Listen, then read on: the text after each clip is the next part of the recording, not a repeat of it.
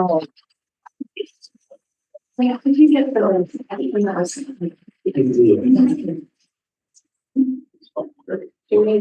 So thank you. Thank you for your patience, everyone. Seems like as soon as we learn technology, it does something to change it so that we can't get in. But we're in now. I'm going to call the meeting to order at 1:05. And Shelley, would you do roll call, please? Good afternoon, Director Jackman. Hello, I'm here. Director Tierney. Thank you. Director Vandenberg.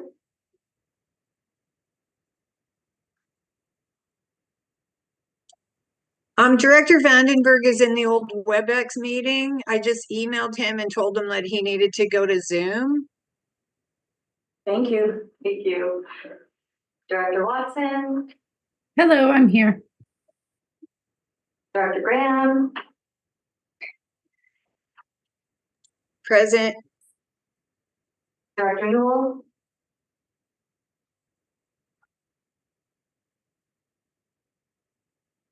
Director Cunningham. Present, thank you. Director Popoff. Present, and thanks. Hi, Walter. Director Giga.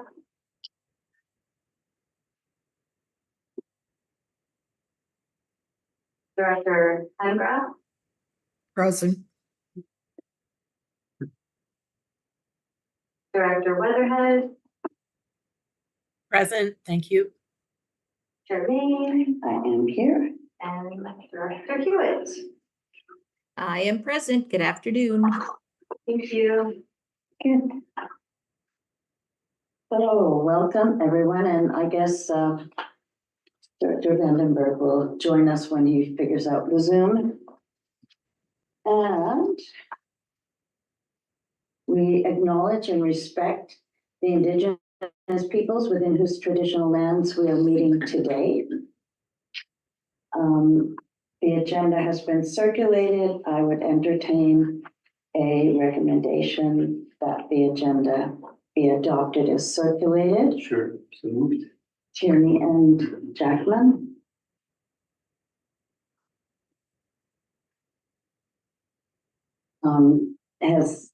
Does anyone have any changes, additions, subtractions, modifications they would like to suggest to the agenda? Hearing none, I will call the question. All in favor? Carried. The June 18th CSLAC minutes have been received. And so we go to item 6, staff report, item 6.1, the update on sustainability service projects and areas of activity. Paris, if you will. Thank you, through the chair. There's the updates for June, July, and August. Primarily, we're reporting the resolutions and the recommendations that were passed by, or recommended by staff, and then passed by the board at the July meeting. So there was funding that was allocated to the Regional Active and Low Carbon Transportation Strategy to support a 2-year pilot or working group piloting creating a regional active and low carbon strategy. There was funding approved for the Central Kootenai Food Policy on the Grow and Connect project, looking at distribution across the region. And then there was funding approved by the board for the Regional Invasive Species Regional Working Group. And that's to do a continuation of year 1 for year 2. In addition to that, the Slocan Lake and River Partnership continues to be active and focused on developing the terms of reference.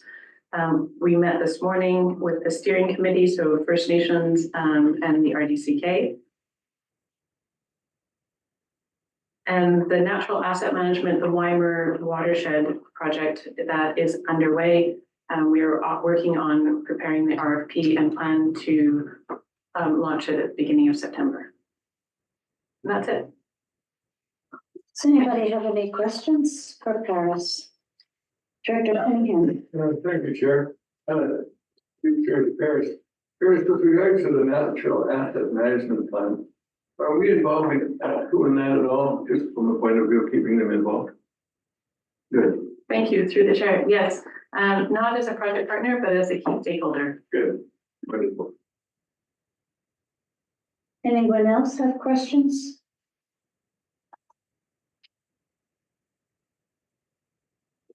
Okay. Then we can go on to item 7, old business.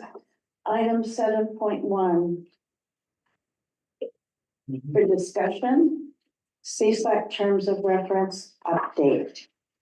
And you will find that there are 2 documents connected with that, the report and proposed edits on the terms of reference. So Paris, if you would like to explain what this is. Go Thank ahead. you, through the chair, and also Mike Morrison here as well, who can speak to any questions that we have around the process and what we're proposing to do. There was a request from the committee to update the terms of reference, and at the same time, there's also been a request from corporate admin to move our committee terms of reference to a committee bylaw, which not only establishes the bylaw for the committee, but also outlines some of the operations, but not the procedures. And so what's happened in this report is that we're requesting direction to prepare that committee bylaw, and then also asking for direction to prepare an administrative policy for the procedures that aren't included in the bylaw. The report outlines the changes that would be made in the bylaw itself, and then also outlines what would be included in the administrative policy. There's a specific note, or there's a specific change amendment that would be that's proposed in the report. The last bullet, which is the scope of CSLAC terms of reference. And I just draw the committee's attention to that, as it doesn't change the scope significantly, but does provide some more clear wording. I'll leave it there. Okay. I have a speakers list, starting with Director Jackman. I don't see anyone online with questions. You have Watson and Popoff in the chat. Okay, just was going to chat. So Jackman, Watson, Popoff. Hey, thank you. So I was looking under the terms of reference, and thanks through the chair. It's good to see that I slowly learned how to use all these things, these little pop-up notes that tells you what's changed. It's good. Easier than just a red line. Under meetings of the CSLAC 7.1 scheduling, was questioning the wording where it says committee will endeavor to hold meetings at least 6 times per year. It's going to be done somehow. Committee will endeavor or plan to hold 6 meetings a year. At least makes no sense. I know I've heard comments from colleagues that say we should report once a year.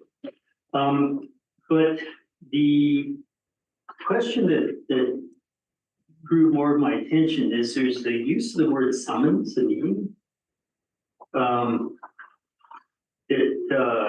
additional meetings to be summoned as required will be called.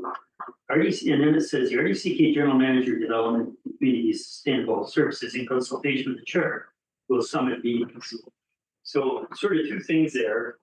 Summon's an unusual word. Call meetings, we don't summon.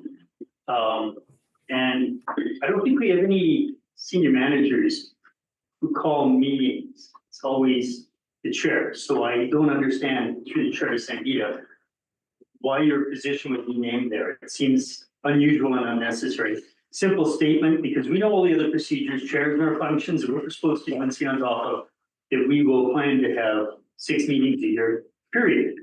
Because we know we can always have extra meetings. Through the chair, yeah, thank you for pointing that out. I don't recall that. And if it was included in there and the word summons was used, it would be in collaboration with whoever was the chair. But I think, sometimes we have emergency meetings, which I don't see that as a need for this committee. So yeah, we can amend the wording. And if I can just add to that, in the committee bylaw, the language is much simpler. And the key point is, and it's much more specific, that meetings will be held. And then the key point that was requested by one of the committee members is that there's also the discretion of the chair to cancel meetings, so that we're not obliged to hold 6 meetings. Oh. Yeah, less words better there. Okay. And if I could just add the authority to Okay. cancel meetings is all seekers bylaws as well. Okay. Thank you. So I will admit to a bit of confusion. You don't have the terms of reference with all of those edits. And now you're referring to the bylaw, and I have a report. I don't have a bylaw. Thank you, through the chair. So the changes, we didn't include a copy of the bylaw because there are so many, it's so unknown at this point. The changes that are noted are in the report on page 25. And so all for beyond specific wording, they're all noted there of what would be carried from the terms of reference to the committee bylaw. And so the second and third bullets there can speak to the scheduling. And that everything so the only piece that is carried forward in the section 7 of the terms of reference is the scheduling. Everything else is discretionary beyond the function of the granting process. And 7.1 needs to be shortened down. Yes, thank If you. it's being carried. Yes. Okay, let's go back to the speakers list. Director Watson. Thank you. A few notes. Mike did mention it is the discretion of the chair of a committee to determine if a meeting should be canceled or not. And so you don't need that named because it's in our procedures bylaw. Primarily why I put my name in chat is I don't understand the relevance of the terms of reference if we are going to do a bylaw for the committee. The terms of reference was initiated because we wanted guidance for how we would use the sustainability requisition. And when you look at the draft now, the amended draft and the proposed draft, it removes all context related to what we would be funding and what our priorities are. Which I imagine will be held in a bylaw. And so I don't understand, and I don't think we should have a terms of reference and a bylaw. Once we have a bylaw, that is your terms of reference. And that's what should outline procedures as well as focus. So unless the terms of reference wants to stick to the areas in which sustainability is focused on in terms of areas of interest and how we prioritize, then a terms of reference that only addresses procedures is irrelevant to a bylaw being established. I also wanted to comment that when it comes to committee meetings and the amount we have, I'm not as interested in changing the number of meetings, but I do want committee chairs to use a lot more discretion when it comes to if a meeting is warranted. I would not have said that this meeting was warranted today, given the business on the agenda, same with last time we had a meeting. So I think we need to ask our committee chairs to use more discretion on the use of our time and to bulk things up so we have much more productive meetings and a good use of time. Because every time we have a meeting, we're paying for everybody to be there, we're paying for staff, there's a lot of time put into it. And the last few CSLAC meetings have been very little business that required a decision and much more discussion, which isn't necessarily not important, but we can bulk those up into less meetings, which I think we need to consider, and the chairs need to be a little more use more discretion on. So that's more of a general comment on when we should or should not have meetings. Okay, thank you for that. Chair, may I speak to the? Yes. Thank you, through the chair. Yes, so to confirm, we are replacing the terms of reference with a committee bylaw. And so there would be no terms of reference going forward. The committee bylaw would be the document that guides the governance of the committee. And then what we're asking as well for as staff is to create an administrative policy that outlines how the process for allocating the funding, the grant fund that CSLAC administers. Supplemental? Yes. Okay, that makes sense to me. It's just that the agenda included a draft amended terms of reference that was redlined with changes. So that suggested the terms of reference was continuing. So if we're removing that and replacing it with a bylaw on procedures and a policy on funding, then that is good. I would suggest that's better practice than also having a terms of reference. That's too many documents. And then when we get to the conversation around what was outlined in the timeline for funding and priorities, I'll have more comments on that front because I think we're over administrating ourselves.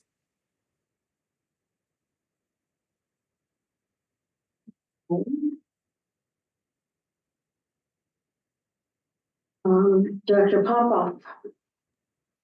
Yeah, thank you, Chair. A comment again on number of meetings. I believe Director Graham brought it up last time. I would prefer to have it changed to a maximum of 4 meetings and any additional meeting at the call of the chair rather than go ahead with 6 and have the chair or staff say when we can cancel a meeting. That's the first point that I'd like to make. And the second point is under administrative policy, and CSLAC has a project grant fund of $25,000. I would like to see that increase to $30,000 because I think when we developed that $25,000, we were kind of looking at a $5,000 grant for different projects. With inflation, etc., we might be looking at $10,000 per year, and that would only be 2.5 projects based on the $25,000 figure. If we increase it to $30,000, then that would be possibly 3 projects that we can support. So those are my 2 comments. Did you wish to propose a motion on any of that, or are you looking for some feedback and discussion from other members first? Well, in the true democratic process, I would move that we limit the number of meetings to a maximum of 4 and the balance at the discretion of the chair and staff. I see I have a seconder. Seconds it. Jamie? So discussion, Director Jackman. Yeah, just on the wording, you can't say you have a maximum of 4 and then add 80. So it would be, the wording, I would assume would be, you would schedule 4 meetings per year. And we always have the ability to call meetings, regardless of whether it's in a bylaw or not. So it's the procedure. So I'm okay with wording change as a friendly amendment. Okay. So it's to schedule 4 meetings a year with additional meetings at the discretion of the chair.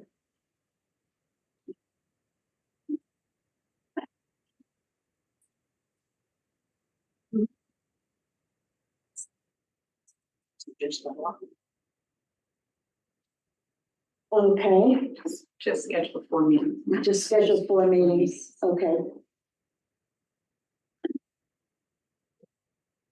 Anybody else want to comment on that proposed motion? Director Vandenberg, I see you have joined us. Welcome. Yes, apologies to the chair. I was waiting on WebEx. Saw Cheryl pop in and I didn't take the cue to pop out and go to Zoom. My apologies. No, I have my hand up for the main discussion. To the main discussion, not in the discussion on this particular motion. Correct. Okay. So it's, does anybody else wish to comment on Director Popoff's motion to Graham, I schedule believe. for, okay. Director Graham? Thank you. And I did suggest this last time as well, but I think the 4 meetings just makes sense because it aligns with the quarter. And I do think that, you know, like quarterly reports and quarters, like it just seemed to me, and I haven't been doing this super long, so I don't have as much experience as all of you guys, but it just seems like what Director Watson was saying, that they're it seems like we're over administrating and we're having meetings when we're not making decisions. So I'm just thinking, for me, it was really time management, and just that was the main reason. And if we did need to have another meeting, like we could certainly call one. So again, I'm in support of this. Okay. Anyone else wishing to comment on this motion? You have Hewitt on the speakers list. I want to speak to something separate, but you had Hewitt on the speakers list. Okay, thank you. Director Hewitt? Thank you through the chair. It's on this, but I've got a couple other things as well. Let's limit this just to this motion, and then we'll start a new speakers list for everything else. Because we Okay. do have a motion on the floor. Okay, well, my comment would be, do we have to vote on every change that somebody is going to propose for something that we don't have that doesn't exist yet? We're proposing items to go in a potential bylaw we don't have anything that's concrete that's being changed at this moment, because we're talking about tossing out the terms of reference and going with the bylaw, which is not before this group to consider at this point. It sounds like we're trying to make the bylaw at this meeting, rather than staff preparing a bylaw based on our input and bringing it back for committee consideration. So I've sort of gotten all my stuff in there anyhow. Okay, thank you for that, Director Hewitt. And Mike wants to comment. Yeah, thank you. Through the chair, just speaking to the typical process by which we would gain board approval for new committee bylaws. We started moving our committees onto a standard bylaw template in 2022, and we created the Water Services Committee. Now, a lot of the newer directors weren't part of that process, but yeah, for the directors who've been around longer, they will recall that we brought forward essentially a draft bylaw, and it was received in draft format, and the request was for directors to provide written comments to staff. And then it came back to the board a second time for consideration of those comments and further changes. And then there was a third round of changes that was required before there was a consensus on what would go forward in the bylaw. So we do intend for these to be iterative processes with ample opportunity for boards to provide comment and to make adjustments as required there. I understand the next step would be that the draft bylaw lands with this committee. Okay.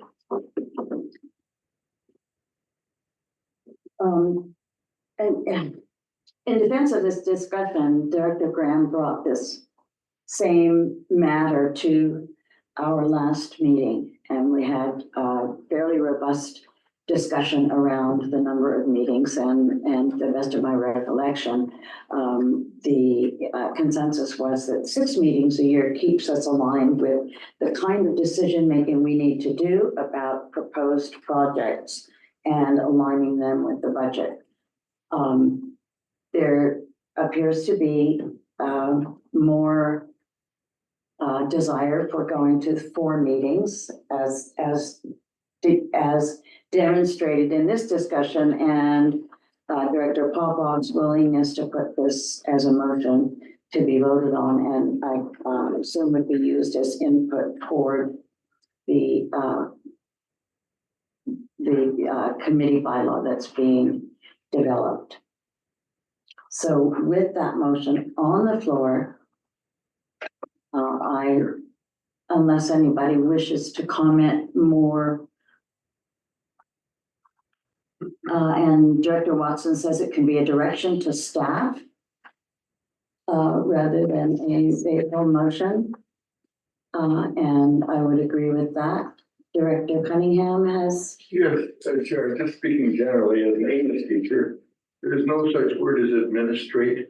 It's used all over the place. It does not exist. The word is administer. You administer something.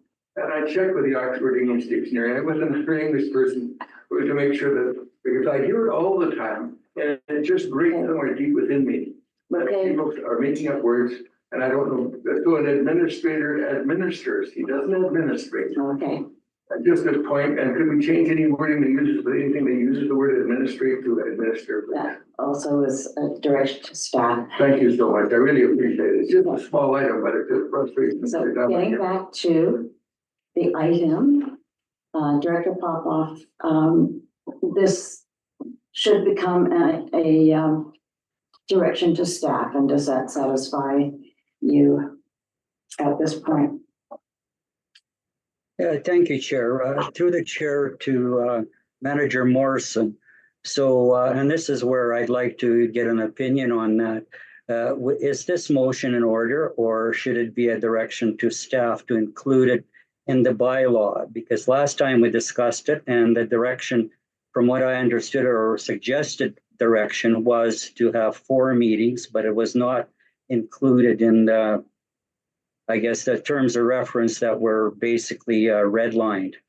So Manager Morrison would appreciate an answer. And Chair, I do have another recommendation that I'd like to whether make. Okay, Go ahead. let's get shut of this one first.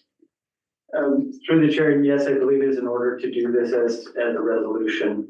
And that provides clear direction. And again, going back to the process that we went through with the Water Services Committee bylaw, a lot of these items were, and I believe at that time, one of the recommendations was around the number of meetings, or one of the suggestions from the director was around the number of meetings, and the board voted on those items individually to determine what actually got staff put into the next draft of bylaw. So this could happen at this meeting, or it could happen at a future meeting when you're actually going through the individual items within the bylaw. Point of process. Yes, Sorry, I'm not super attached to which way we do this. I just want to clarify, we don't currently have a bylaw in front of us. So a motion that relates to a bylaw we're amending makes sense, but there is no bylaw in front of us. We're merely making suggestions and input. So there is a difference. Doesn't make a big difference. I'm not attached to either way, but I wanted to differentiate, which is probably a word that Dr. Cunningham will say is not a word, between when you have a bylaw you're amending and when you're just giving direction to staff to establish a bylaw and what you want in it. and my sense of the discussion at this time is that we are considering this as a direction to staff toward a bylaw that is being developed.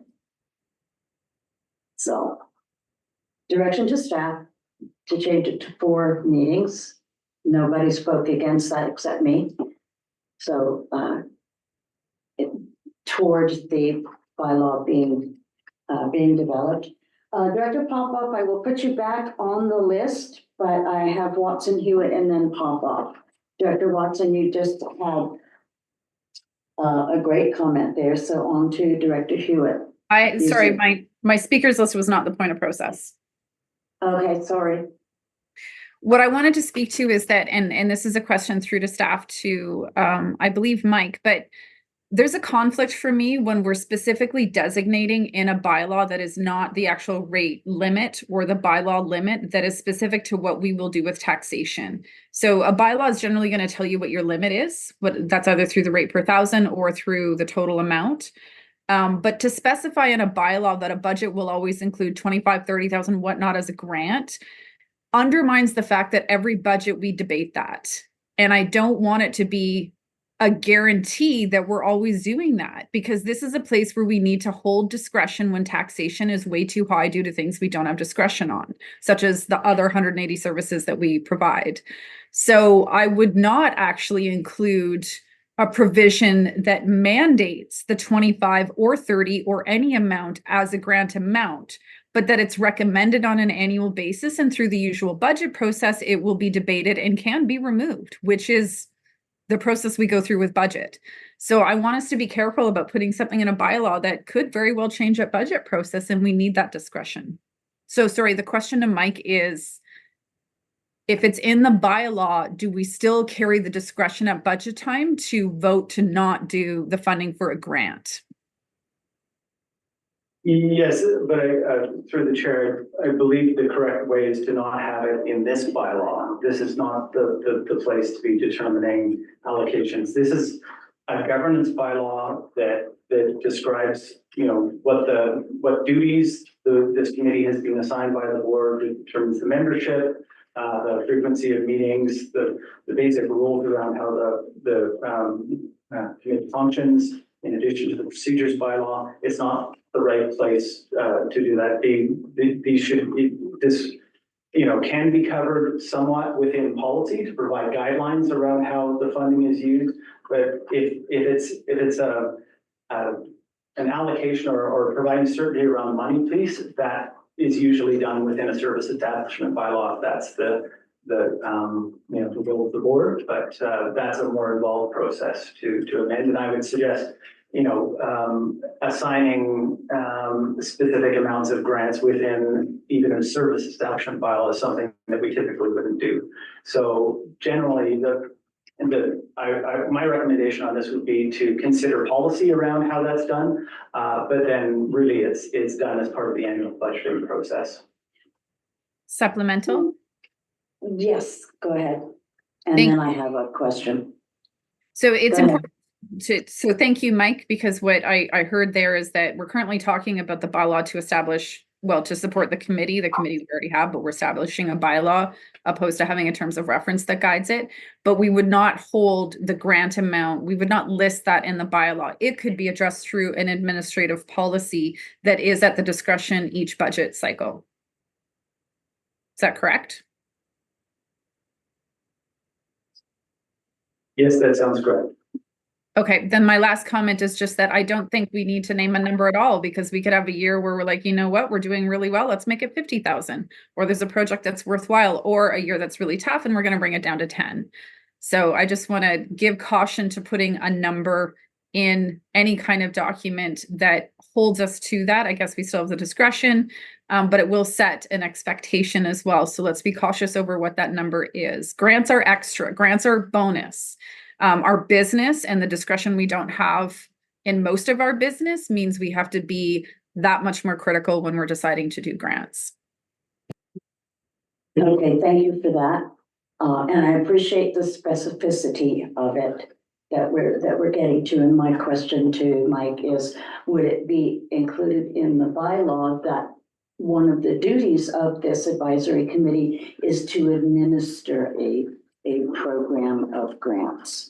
Or if not in this bylaw, where would that lay?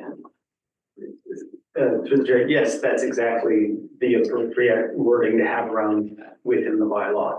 And, I would suggest too that, this is the opportunity for this group to determine what is in scope for the committee and what isn't. I went back and looked at the service establishment bylaw, which I believe was from 2012 or around that, but it's very broad in its scope. And if there's a desire to, provide some better guidance around what is in scope for the service and for the committee, to consider, this would be the opportunity to do that. And the draft bylaw will really be the place to start that conversation. Okay, thank you. Okay, so Director Watson, are you satisfied with where this discussion has taken us pursuant to the point you were making? Yep, I wanted to clarify the process, and what Mike provided, that makes sense to me. I don't want us to we're bound to a grant number in a bylaw. But thank you. Okay. Director Hewitt. Point of process, through the chair. Yes. Director. First of all, I'm early on the list. Secondly, are we still debating this motion?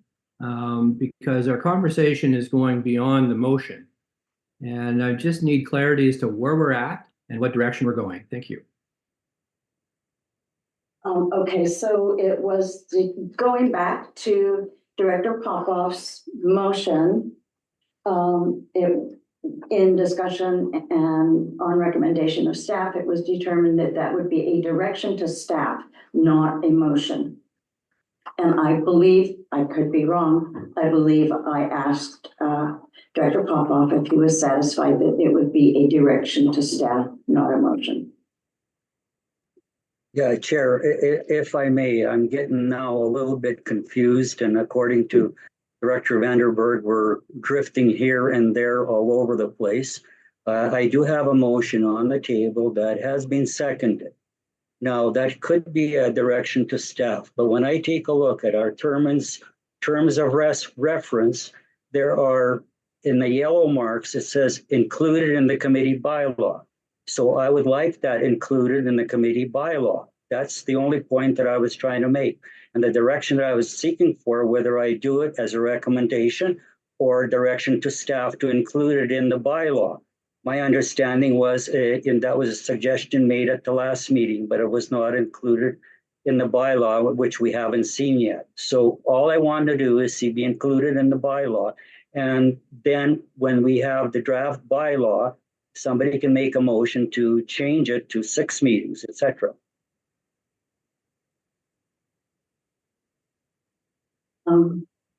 Thank you, through the chair. We've received the direction and it will be included in the bylaw draft. Thank you. Then if it's going to be included in the bylaw, then I withdraw my motion. And the seconder, if agrees, the motion can be withdrawn, up my understanding. Yes, the seconder is nodding his head yes. So I did have another recommendation that I wanted to put, and that was in the policy. Wait, just a sec. Director Hewitt has the floor. Director Vandenberg brought up a point of order. So we're going back to Director Hewitt and then it will be Director Popoff again. If nothing else, I can keep that list in one place. Director Hewitt. All right, well, I have already spoken and Director Vandenberg was on the list prior to me putting my name in, so I will defer to Director Vandenberg and give him his opportunity to speak. Okay. Director Vandenberg. Did Great, you have thank you. something? Okay. Yes, thank you. Yes, so for back onto the main subject, further to Director Watson's points a little bit earlier, I'm in agreement. We don't have a bylaw, so we're waiting for a draft. So the terms of reference are really irrelevant if they're going to be moved into a bylaw. I'd be interested in waiting for what that bylaw says and then having a discussion around it at that time. That'd be a draft bylaw for us to review. Secondly, my question is specifically to do with the report, the recommendation. I would like to know what the project fund administration policy would look like as well. And not to assume that it'll be drafted and incorporated later. I think it needs to be done sooner, and particularly if, in fact, it's going to be complementary to the bylaw. Once again, we shouldn't be approving something that we haven't seen. And so those are really my two comments. The terms of reference is almost an irrelevant conversation right now. We ought to be looking at waiting for and encouraging a draft bylaw and what this project fund administration policy would look like. So I'm a little bit confused. So according to what's being asked, I would be choosing option 2, do not approve, because I think it's pointless to be talking about the merits of a terms of reference that is going to be replaced by a bylaw. Correct me if I'm wrong. Staff. Harris, Thank you. and then Sangeeta. Through the chair. As a staff, we're requesting direction from the board, from the committee, as a recommendation to the board to amend the terms of reference to a committee bylaw. So we're requesting direction to prepare the committee bylaw and bring it back to the committee as draft for review. And further, we're requesting that we prepare direction to prepare an administrative policy, which outlines, if you on page 2, some of the procedures that are associated with the funding mechanism of the committee. Supplemental, if I may. Okay. So if we are in fact going to be talking about this terms of reference, there are a number of things in here that have been taken or removed that I wish to comment on. I don't know that this is the right place to do that. because of my confusion as to what we're trying to do here, for an example, 7.2 protocol and procedures, why would we be removing that? I mean, I have a lot of questions on this terms of reference, but I don't want to go down a rabbit hole if it's not going to be helpful to achieve the bylaw. Thank you, through the chair. The committee bylaw is a governance document, so it outlines how decisions are made and the frequency with which we would be meeting and the composition of the membership of the committee. What we're requesting as staff that in addition to that there be a procedures bylaw or procedure administrative policy that outlines the procedures, specifically the one around how the funds are allocated and that process for making decisions around the grant, which will be determined annually. The other points, with the exception of 7.1, everything under 7.2 is understood as we don't need to include it. It's either included in other bylaws like the procedure bylaw, or it's discretionary information that isn't needed in our bylaw.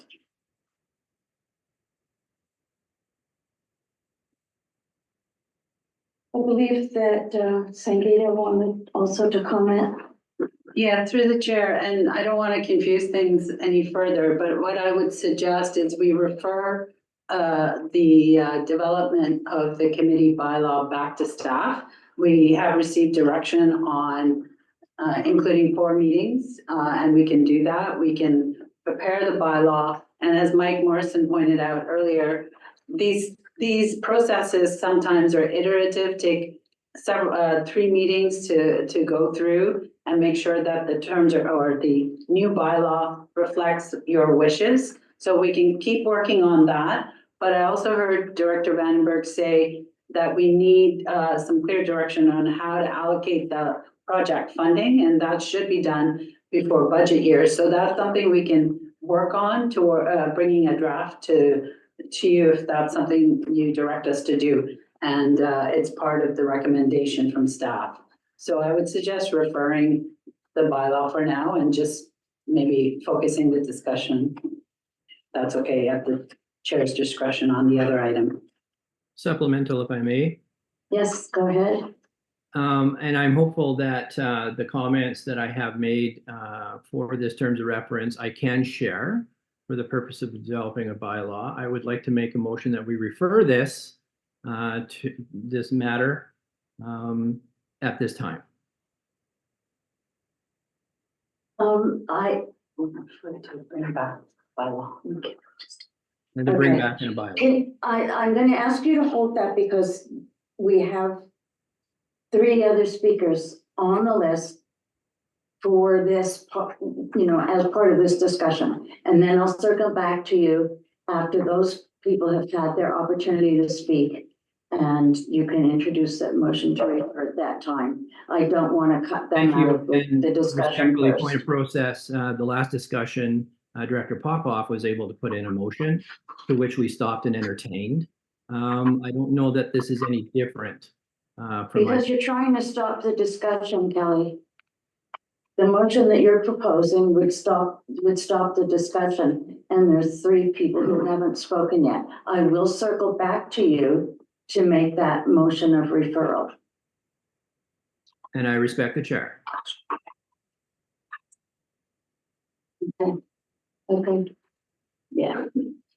And before we continue with the speakers list, I'm going to read out from the report of July 24th that the board directs staff, in this case, the committee directs staff to amend this Community Sustainability Living Advisory Committee terms of reference, amend it to a committee bylaw. So that is what we are trying to do here.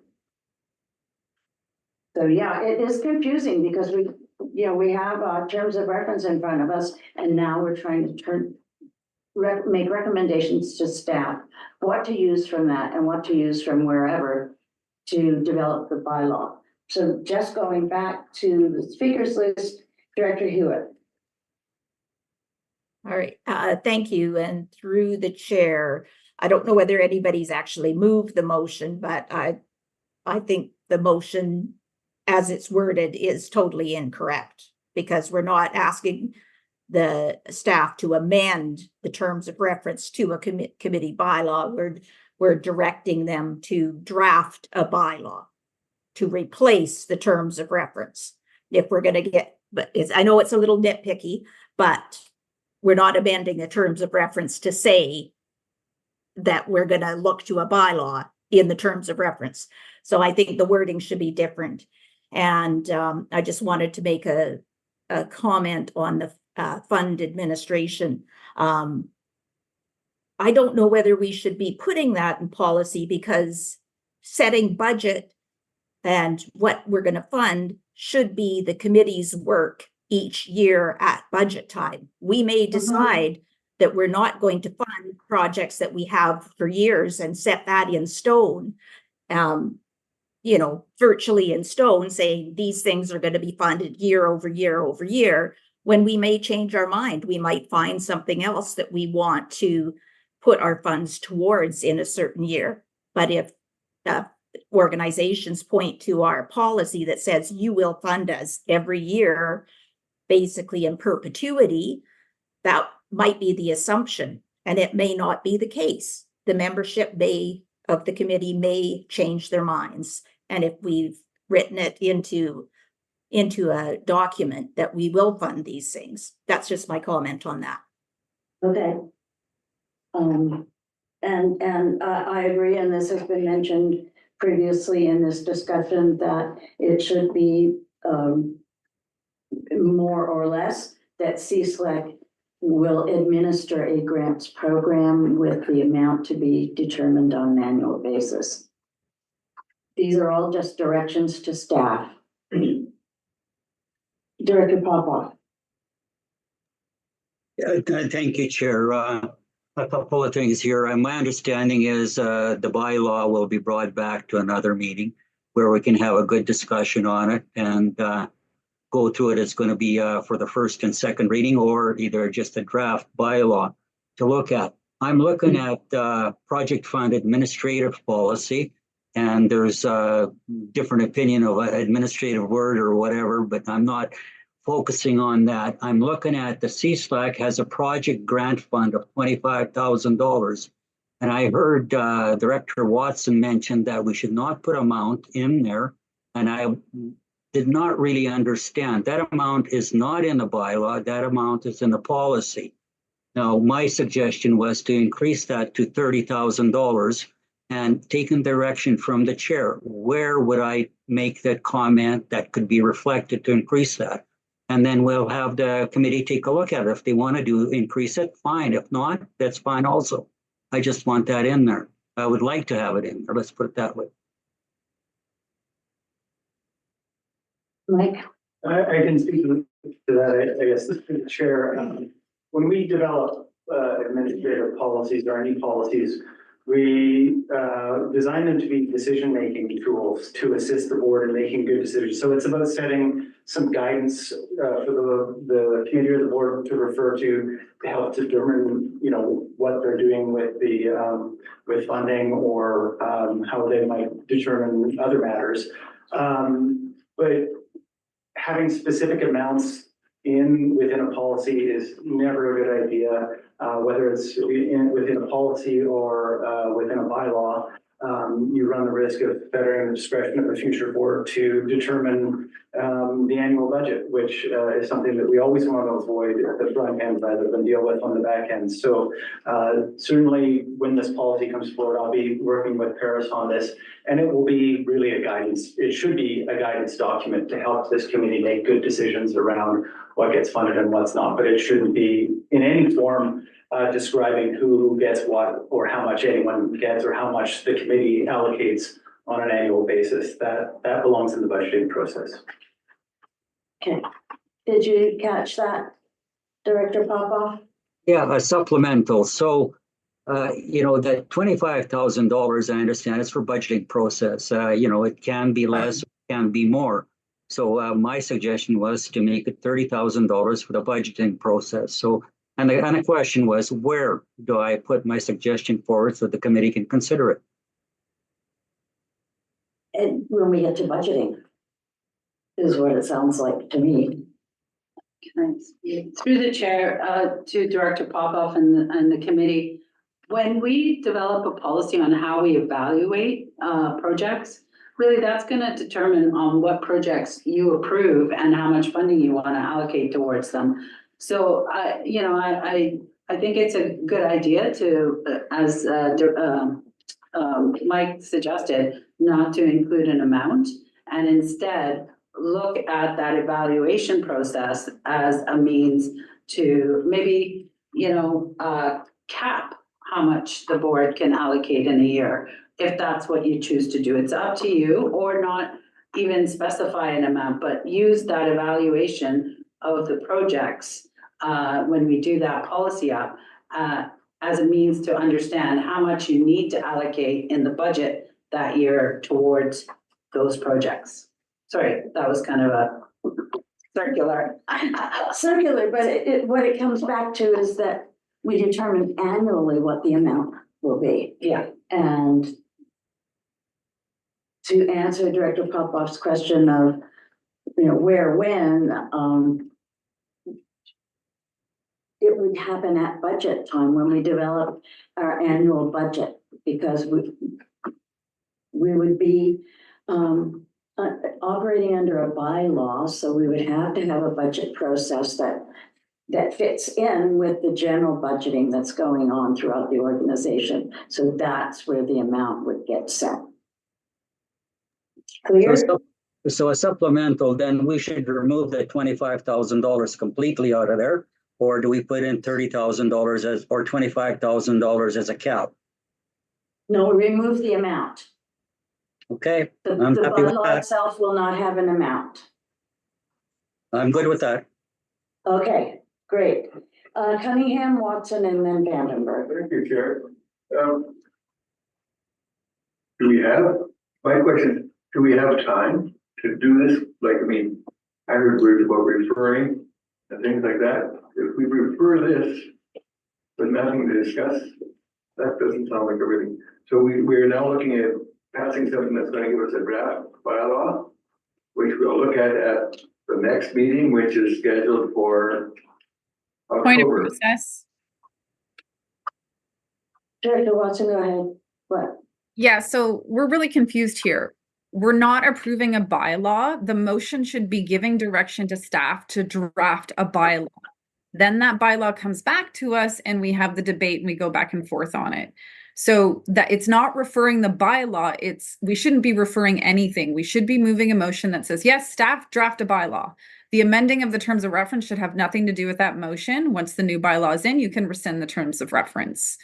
And so there's two bylaws. The service itself has a bylaw that already exists. It's the only way we can tax. You then have a committee bylaw. That's what we're talking about. And that should not be referred. We should be giving direction to staff to draft it. And then the third thing is the policy, which is always up for debate and is not guaranteed or set in stone. And so I just need to clarify, we should not be referring anything. We should be giving direction to staff to draft a bylaw for the committee's work. Sure. Thank you. To continue on with what I was going to say, if we get a draft bylaw back in October, will we have time then to make it a finished bylaw and then time to include it in our discussions on financials for our budget for next year? That was my question. I'll let staff respond to that. So through the chair, that new bylaw would not impact budget process. That's separate. But what I also heard, I think it was Director Vandenberg, we really do need some kind of policy in place on how we evaluate those projects. So that currently is a process that would then determine how much we allocate in the budget towards those projects, whatever they may be. So that may be more crucial to the budget versus this bylaw. So the bylaws and budgets, in fact, will not collide because we'll be switching from one to, because one, the terms of reference turns into a bylaw. And then, so we should not have a closeness to the way we distribute funds and worried about if this happens, still doesn't happen until February, because argue about the bylaw, but putting words in or taking them out or whatever, that's all right, our budget process will go ahead anyway. Yeah. Thank you, that's what I wanted to know. Yeah, okay, good. Director Watson, Thank you. And I'm sorry, Director Cunningham, that's what I was trying to articulate. The service already has a bylaw that sets a budget and sets a limit to that. So we're not changing that. We're establishing a committee bylaw. And the committee bylaw is essentially what the terms of reference has done, which is outline our actions and what we focus on. And then you have your policy that's going to give guidance on the funding mechanisms, which is up to discretion. So I'm sorry that's annoying to you, but I'm trying to make sure we're on the right path. So I would move the motion that direct staff to develop a bylaw to outline the committee's procedures. I'm making that motion. to replace the terms of reference. Don't touch the terms of No, reference. That no. remains in place Okay. until you've replaced it with a bylaw. Just draft a committee bylaw. Just, okay, hang on just a second. First one, and then I'll like the second.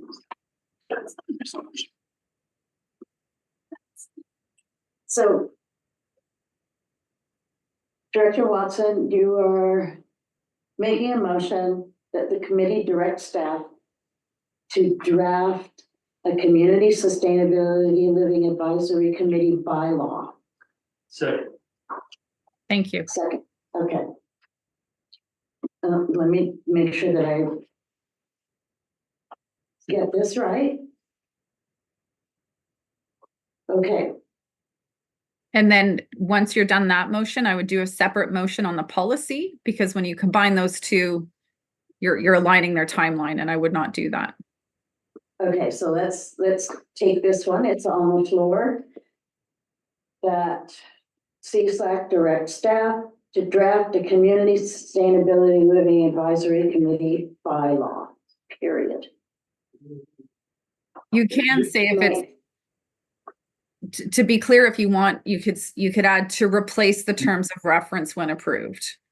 If that helps solidify the process here, I'm not attached, but that might help the public. Okay, we'll refer that to Mike. He's got his hand inching up there. That makes sense, but it should be that CSLAC recommends to the board to direct staff, because the board owns governance. Okay, The first part. good, okay. CSLAC recommend that the board direct staff to draft a CSLAC a living advisory committee bylaw to replace the terms of reference. We can just say that the board directs staff, because by a committee, we do recommend to the board. That the board directs staff to prepare a community sustainable living advisory committee bylaw. So this.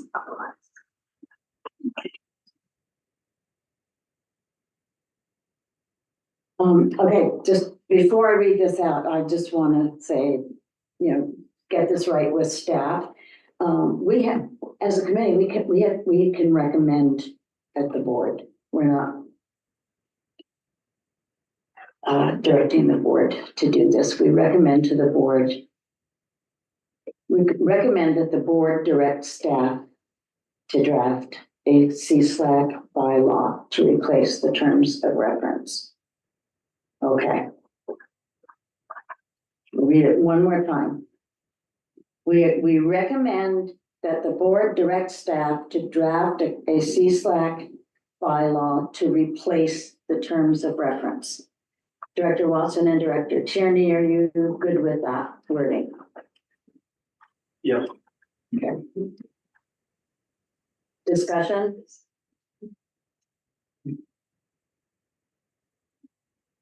Okay, we'll call the question.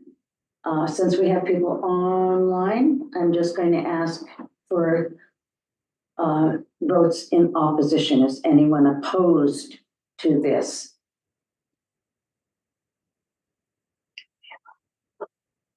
We did it. And Director Watson, you wanted a second motion? I just wanted to capture the policy piece that the CSLAC committee via the board direct staff to establish a policy on our funding outline. I'm sorry, I lost the words on that, but it was in the report. All right. we recommend the board direct staff to prepare a CSLAC project fund administrative policy. Does that cover it? Is that your motion, Director Watson? If it, like, when it includes the word administrative, that sounds odd because a policy is going to be administrative by nature. So I don't know. Okay, so project fund policy. Yeah. Recommend the board direct staff to prepare a CSLAC project fund policy, seconded by Sure, Director Jackman. sure, again. Okay. Discussion? Any opposition? Carried. Sure, if I might. Yes? At some point, Director Page had joined us and we did not offer him freedom of the floor. And I don't know if he had any interest in this last discussion, but he may have interest in the state climate action. I would move that we offer Director Page freedom of the floor. Do we have a second on that? Okay. Opposition? So Director Page, you will have freedom of the floor. Let's just take a brief pause because that was very confusing and taxing. I want to make sure Shelley has adequate time to get the wording on those two things correct. So let's take a 5-minute recess.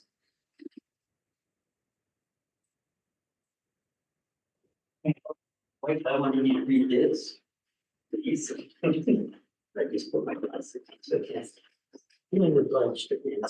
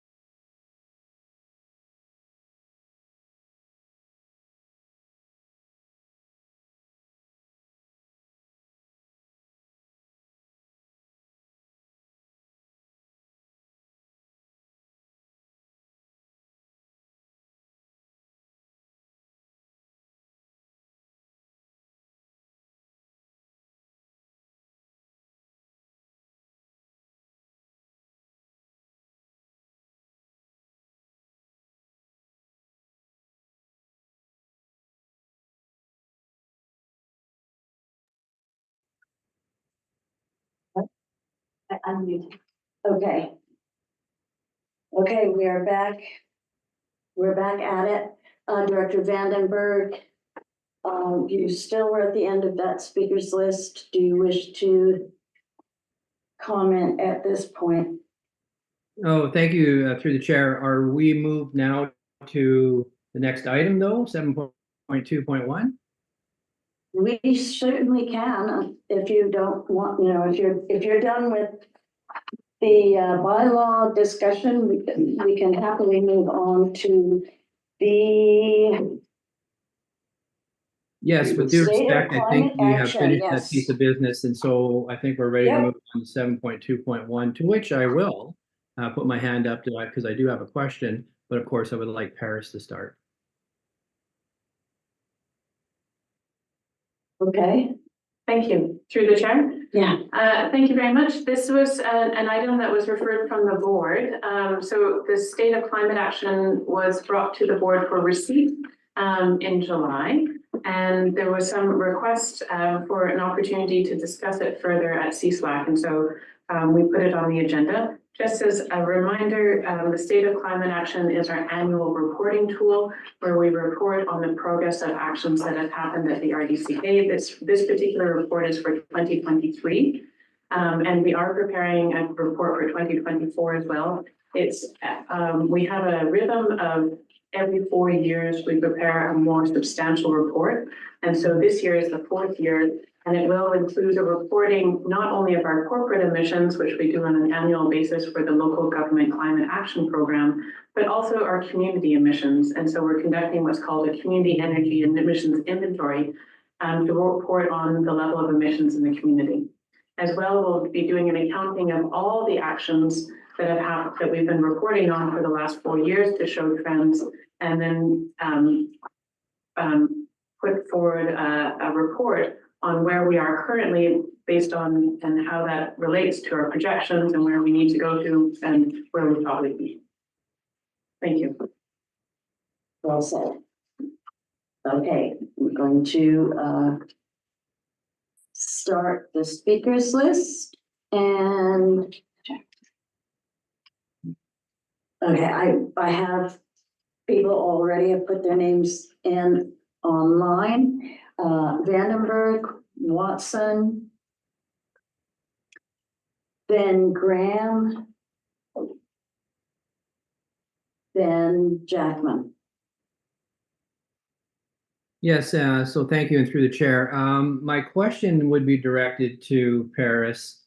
And now that I've had an opportunity to review the information, the 2023 report in preparation for 2024, are you still receptive to receiving some input from directors on the SOCA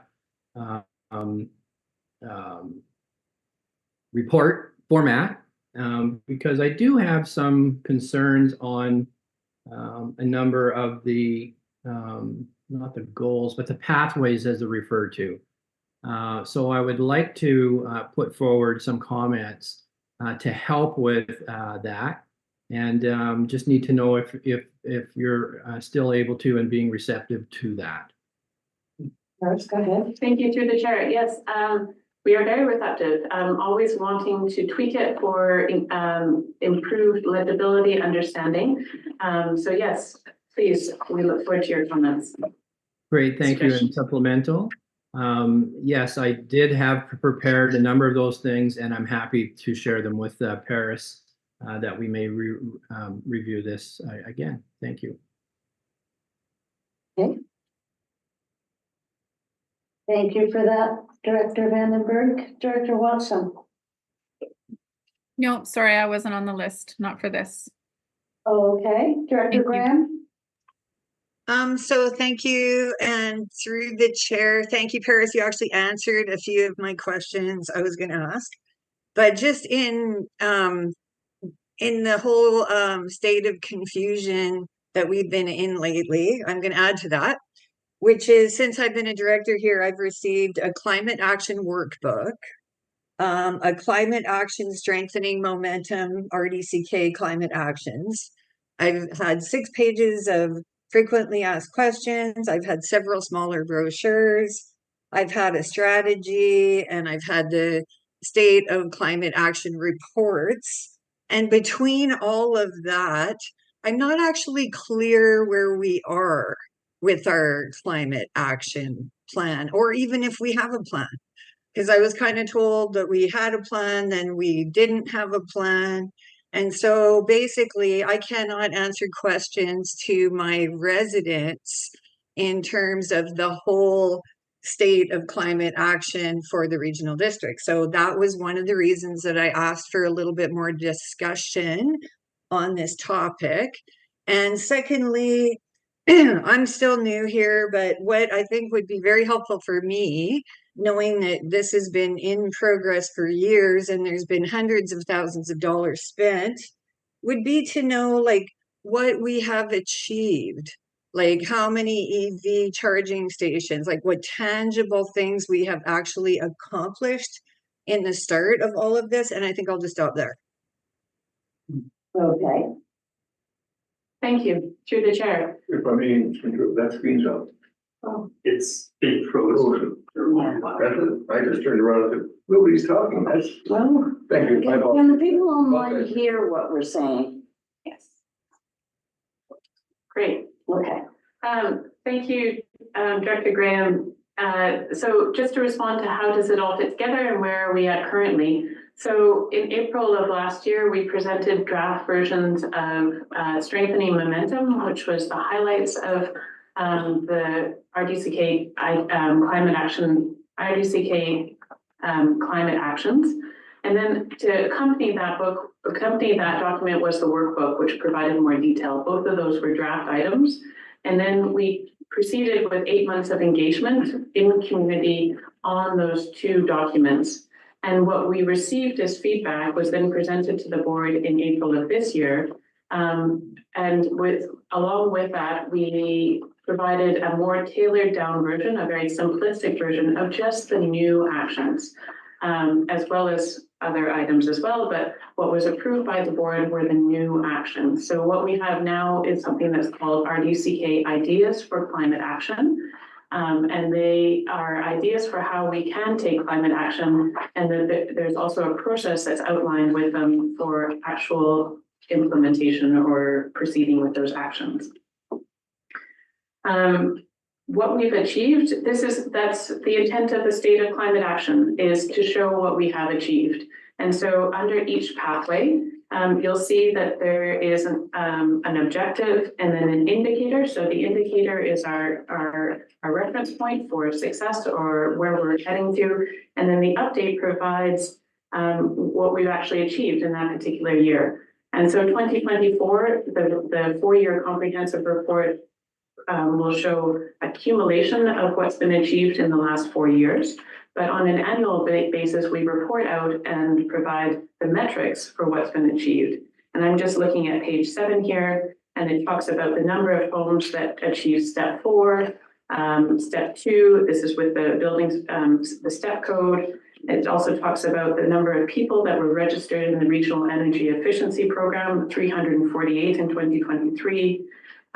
There's also metrics around the number of heat pumps installed in fire halls. So that is the intent of this document, is to provide what we have done on any year. Dr. Graham, do you have a supplemental? I do. So supplemental. So when a resident asks me, do we have a climate action plan? Like, what's the answer to that question? Thank you, through the chair. It's a great question. And what we say is that we have the work plan items that we're working on. We have our regulated actions that we're regulated to do. And then we have a list of ideas that we have outlined and has been approved by the board about how to proceed with climate action.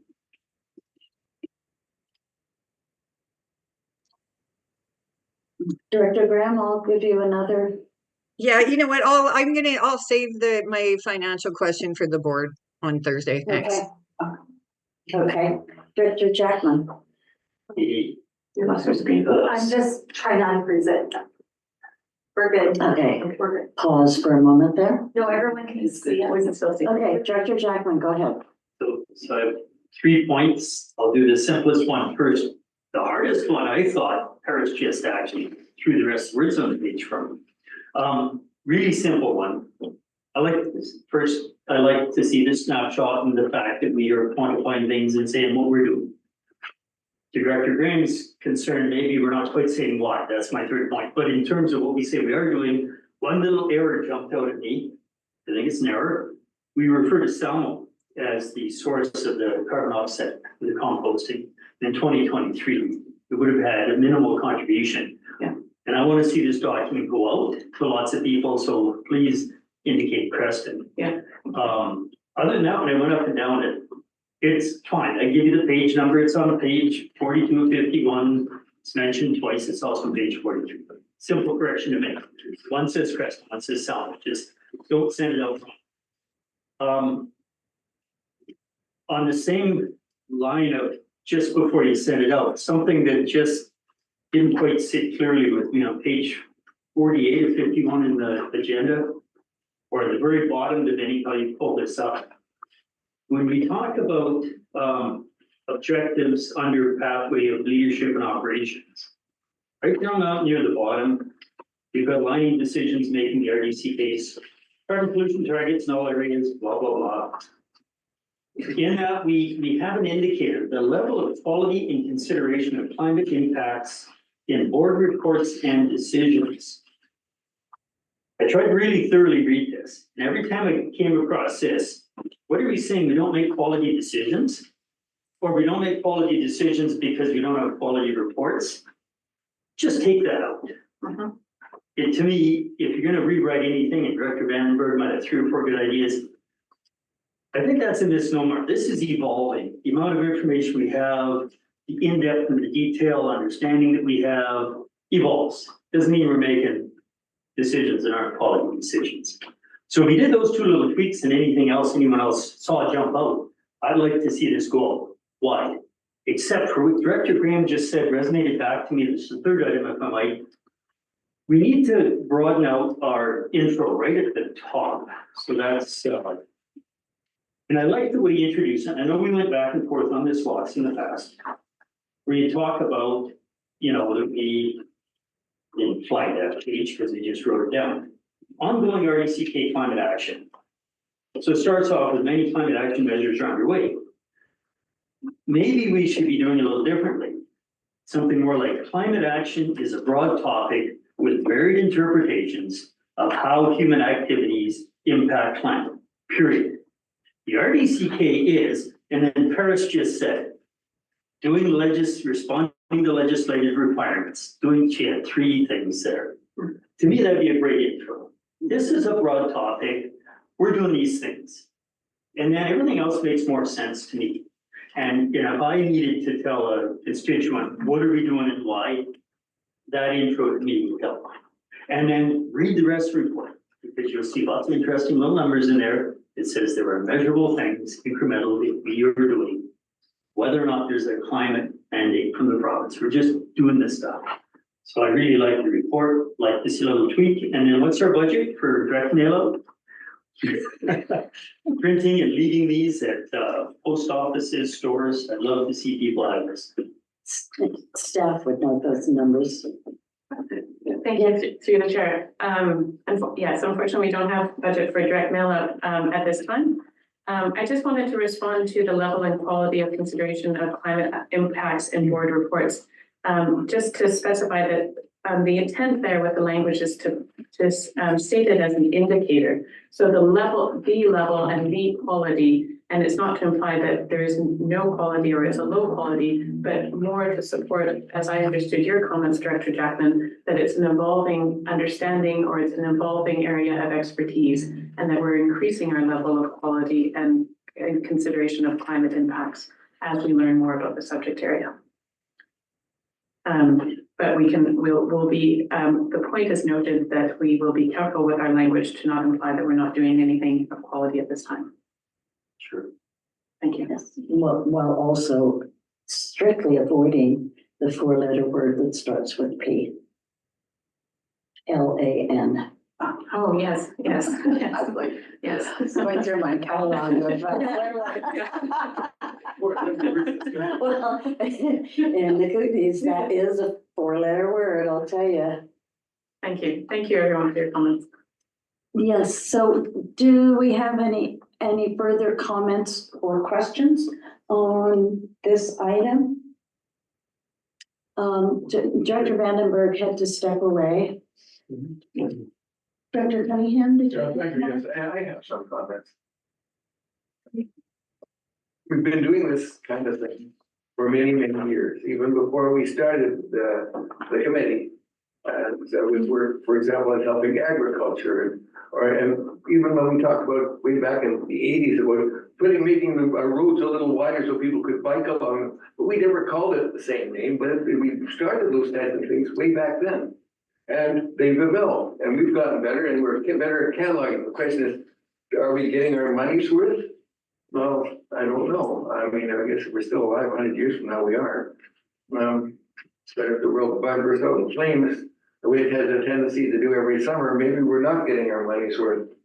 When we talk about climate action, a lot of the action happens by some of the orders of government, gave the other orders of government, and I don't use the word level, I always use the word orders, because let's face it, if the province is slow in reacting to forest fires, so half the forest burns up this year. Won't be that many fires next year. I don't really think that's a good way to go, and it's not the way we go. And California lately has been doing a wonderful job on reacting to fires by means of night vision glasses and all sorts of interesting things, so that they get to the fires quickly. And well, they're just one tree before they even become something the size of this room.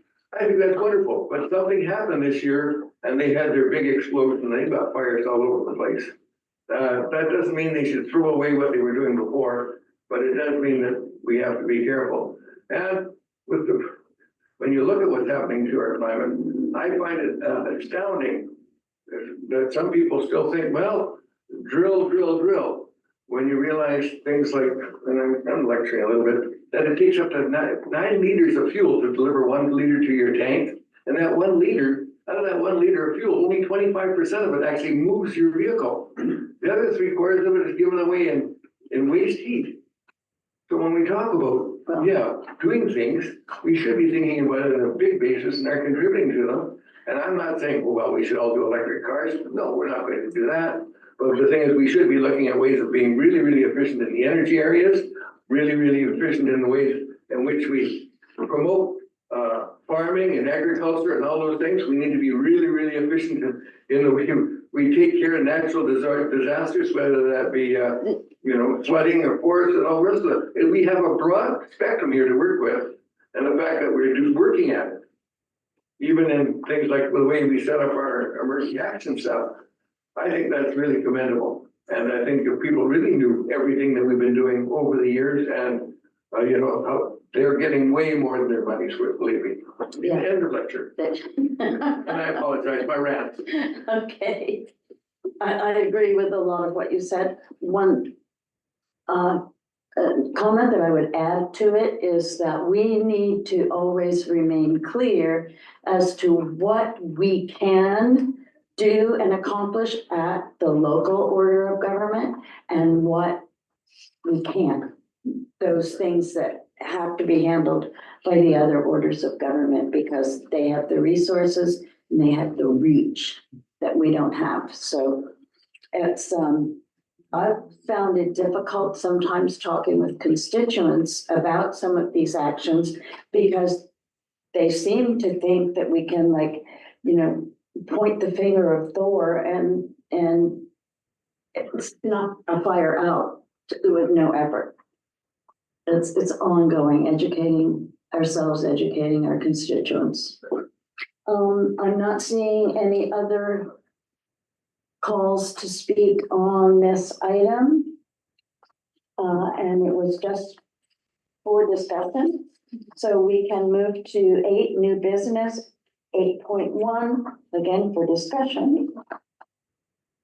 And hopefully with a recommendation, 2024 Age Friendly Communities Grant. Thank you, through the chair. Last month, the board approved a recommendation from CSLAC to allocate $15,000 of the local government climate action program funding to a 2-year regional, what we're now calling the Regional Mobility Working Group. It was the Regional Active Transportation Initiative as it was brought forward to the board.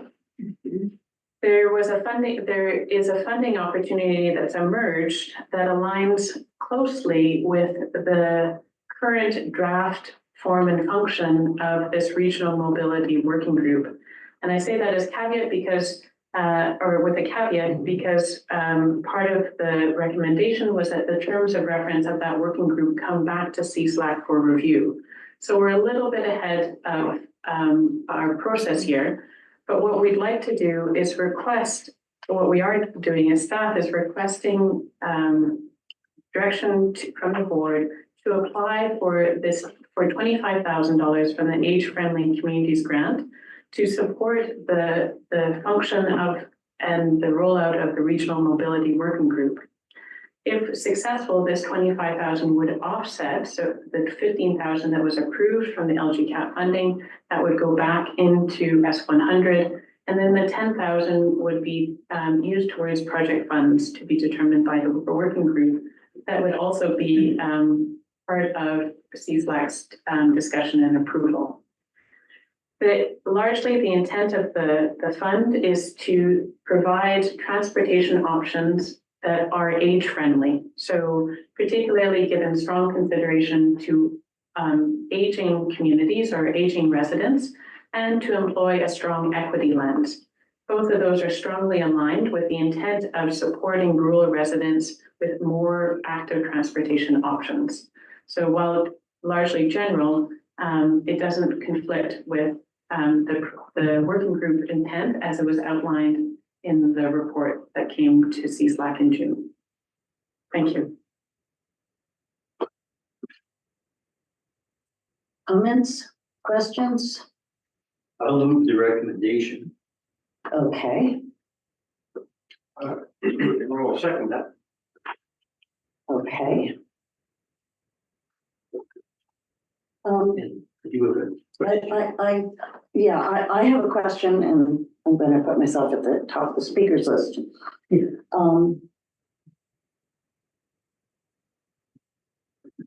My question has two parts. Exactly what will this funding create? And if we apply for and receive the age-friendly community grant, is that going to require a particular slant to the work that might be at the detriment of serving the community in general? And I ask that as a senior. Thank you, through the chair. The intent is to, and again, because we haven't, we're building out the draft terms of reference of the working group. And so the intent at this point is very much in line with the way it was presented in June. Bring together a good representation of stakeholders, community stakeholders, Selkirk College, other invested folks. We have built a relationship with Tom as requested by the committee, and that's a strong alignment with transit.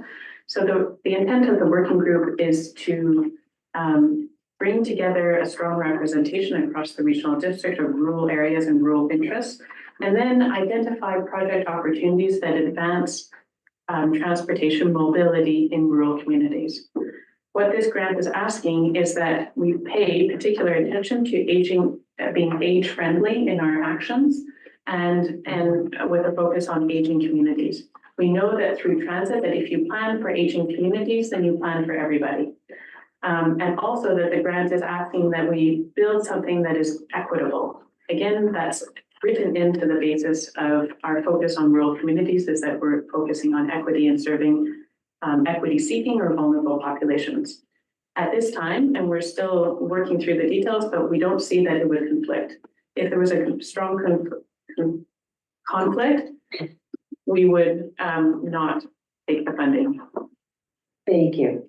So I have a speakers list that is Director Watson and then Director Page. Go ahead, Director Watson. Yeah, thank you. A few notes to clarify. I think Paris just did, but I just wanted to ensure, because when you did the intro, Paris, you said this would be funding transit. I think what you meant, this is funding the planning around potential transit, because there's no way we're getting transit for $25,000. So I see you nodding. And I just wanted to note that while I don't disagree with this approach, when we talk about equality in rural areas, regardless on the age you're specifying, there's a huge disparity in servicing. And so it'll be interesting to see what this produces. But I feel like it's still missing the mark that the transit committee really highlighted, which is the cost of transit in rural areas where you have very few people traveling great distances, makes it unaffordable to put in place. And so I feel like what we're doing is an ideal practice that isn't practical. So by all means, explore it, but I do not see how this is going to serve rural areas with small geographies, and not become a massive tax requirement to actually implement. Thank you, Director Watson. Paris, go ahead. Thank you, through the chair, and my apologies if I misspoke. The intent is not to focus solely on transit, more that transit is a component of mobility and of all considerations around transportation. And so linking up to transit systems, looking at community-based mobility systems, this could be looking at bike share programs. This could be looking at bike lockers so that people can ride their bikes to the transit hub and secure it well so that they're confident and then they can leave their bike and get on the bus. This could be looking at augmenting the ride share program or car share program. So the working group is not specific to transit, but transit is a very important, or as Tom likes to say, Tom Dool, the backbone of our mobility strategy for the regional district. So yes, so the 25,000 is a small amount, but the intent is really to develop ideas and projects and leverage funding that can be very community specific and enable small communities to explore ideas that make sense in their communities. Thank you. And just one quick follow-up. Go ahead. I just want to clarify, because from reading the report, my understanding is that we've already approved doing this project. We just realized there's another grant we could apply for that would help augment it and reduce what we're taking out of LG cap. Is that correct? Thank you. Yes, that is correct. Okay. So I just want to remind us that when we get into these topics around we're repeating ourselves, it's helpful because obviously we forget everything we're doing. But we've already approved the project. So good to remind myself that as well. And don't forget, we've already approved it. Director Page. Okay, well, on the project that's already been approved, I was thinking about the decision-making architecture between electeds and staff and the funding envelope, and I would encourage, maybe if it has to happen within terms of reference or a policy discussion around, if this is a less than 50,000 and staff identify an opportunity to carry work that's been approved by the body, I would want, from an effectiveness standpoint, coming out of our strategic plan, that we are unlocking staff's ability to take this opportunity and kind of come back to us later when we find out we got the application. Like this aligns, the decisions have all been made. I wonder a little bit about bringing this back for more discussion at this spending level. I think there are some safe limits where staff through management can chase after these themselves and come get whatever approvals they need for board resolutions once it's kind of done. But operationally, this seems like an encumbrance to getting lots of work done. Just my comments. Thank you, valuable comment. And that is something that we have not considered up till now. And I think, it will go into the mix for the future in our new bylaw and policy. Director Jackman. Yeah, thanks. And now should I ask this? This is too detailed, but through the chair. Just, maybe I've asked this before. Healthy Aging Core has done quite a bit of work on this and help people, access grants, these same age-friendly grants for different communities, Randell and the like. They had a coordinator, and I cannot remember the person's first name. She's at a Revelstoke, last name is Cyr, C-Y-R. I remember that, because I worked for the person with that surname at one point. They were going to identify more sub-regional people under the United Way Healthy Aging Program to work on these kinds of things. So the question through the chair is, do we have those contacts? So maybe very well plugged in people who have all our contacts right now could be aware of the volunteer driver program where you reimburse mileage and be aware of other connectivity options and the like. So have they been approached? Thank you through the chair. No, they haven't. Thank you very much. Great recommendation. Justine McKieran, Valley Community Services, would remember the person's name right off the phone on the survey. I would have it on my home computer, but I can't find it on here. I'm going to take advantage of this opportunity to provide some larger context. In 2017, Regional District Board approved a resolution that went to FCM and was adopted as policy. This was in response to the withdrawal of transportation service by Greyhound. And in 2019, we brought forward a second resolution declaring it a transportation emergency. So I was the one who sponsored both of those resolutions, who crafted them, worked with FCM staff. So I've got a longstanding interest and eye on transportation issues. And on CBC News website this morning, a community in northern Manitoba that is reachable only by train. Between 15 and 25% of the time, the trains get canceled. So in Canada, we have a challenge, a transportation challenge at all orders of magnitude, from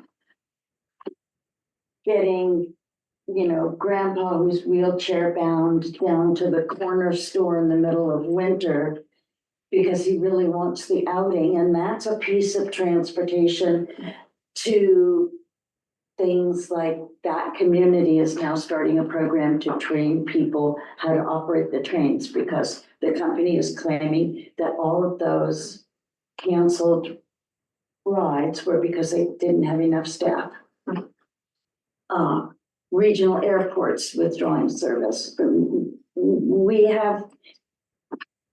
It's critical infrastructure, and it's not getting enough attention at any of the orders of magnitude. I absolutely support this initiative, and I'll take the money from wherever it comes.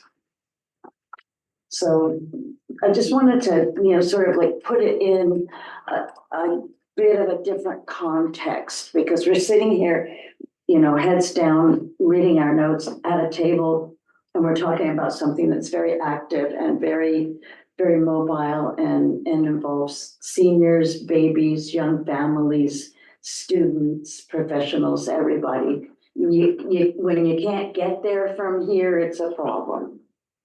So I absolutely support this.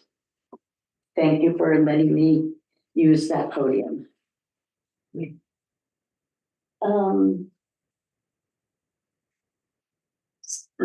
So there is a request from staff on this item for a recommendation that the board directs staff to submit an application to the 2024 Age-Friendly Communities Grants for the Regional Mobility Working Group in the amount of $25,000. And further, if successful, grant funds be allocated to the A108 Development Services and the previously allocated $15,000 local government Climate Action Program funding, Resolution 384/24 be returned to S100 Reserve, yay us. And further, that staff be authorized to enter into a contribution agreement with BC Healthy Communities should the RDCK be awarded funding, and I would be happy to move that. Did I have a second? I did move it. Oh, you did. Your little enclave down there? Okay, Well, before discussion, I moved it off. okay, sorry. Yeah.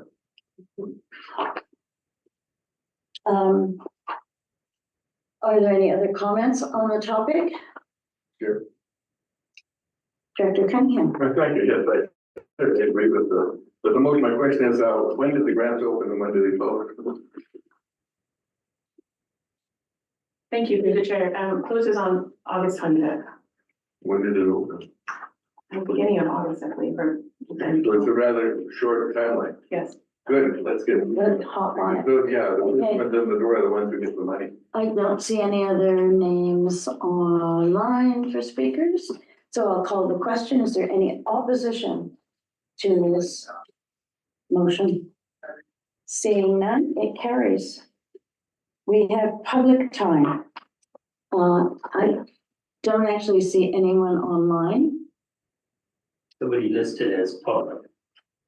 Pardon? There's somebody online. Public. Oh, okay.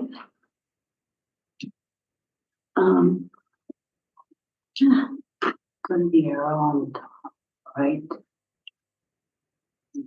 Yes. Public. Have we ever had two publics? Yeah, I don't have the participants listed. There we go. Okay, sorry about that. Public says, sorry, for the chair, public says no thanks. Okay. So, nothing from public.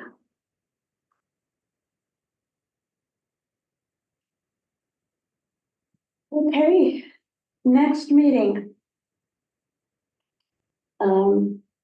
is scheduled for October 13th at 1 p.m.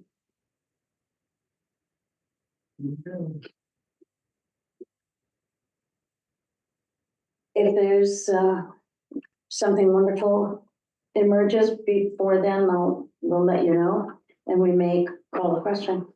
We may call a meeting at the discretion of the chair. And other than that, unless anybody has something riveting that they want to bring forward, I would entertain a motion to adjourn. Director Hewitt here. I'm just looking Yes. at my calendar. October 13th is a Sunday. 15. To be the 15th then. Thank you. Good spotting. You're welcome. Boy, oh boy. I don't think we'd have many people attending on a Sunday. Thanks, Susan. Motion to adjourn? Can I actually make one more request? You bet. I was gonna put it in my calendar and look at my calendar, and the WebEx meeting is still in there. Is it possible to have the last two WebEx meetings retracted sooner rather than later? And then it avoids the confusion that has been occurring at many meetings that people try to log into WebEx. Just a request to make things easier, life easier for everybody. We'll work on that. Okay, Hans? Yeah, no, I moved to German, we moved to German. Yes. Okay, just a great question. With regard to the WebEx, maybe staff knows, we pay by the amount of use, don't we? Or by the contract time. I was just sort of curious if anybody knew. Not a big deal. It's no longer really functioning, and But- Teams and or Zoom is being used for committee and board meetings. But we have a contract with Zoom too. Yeah, if you do choose to use WebEx, we have a grace period. I think it's for a month to continue using it, and I think we pay as we go for that. So, and people are encouraged to use Teams if it's internal. Thank you. And Zoom is just a block rate, you just need as much. Thank you, everyone. Guess I could always use that, couldn't I? See you tomorrow at RAC and then at And it's, resource. Mr. Musk may have something to say about that. Oh, there was so many issues yesterday. I'm not sure. In fact, to make it clear.